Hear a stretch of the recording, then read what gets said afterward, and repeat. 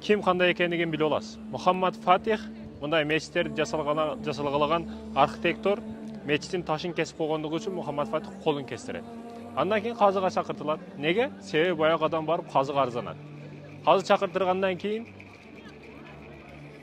бул жерде сен мунун колун кескенсиң, адилетсиздик кылгансың, сенин дагы колуң кесилет деп өкүм чыгарат.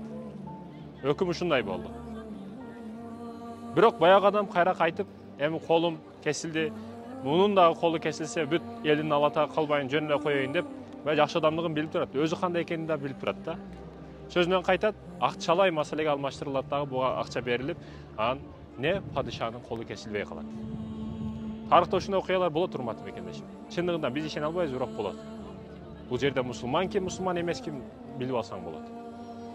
Ошол учурда Мухаммад Фатих карап туруп баягы казыга, эгерде сен адилетсиздик кылып, бай экен же президент экен же падыша экен же башка экен деп туруп, адилетсиздик менен чара чыгарганыңда, чечим чыгарганыңда, мен сени ушу кылыч менен башыңды алып салмакмын дейт.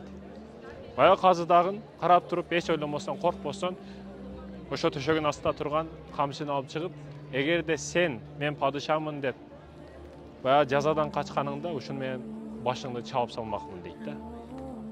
Адилеттүүлүк каякта турат, урматтуу мекендешим. Бүгүн акчаңа кичине акча келип калса өзгөрүп, бийлигиңе ишенбе.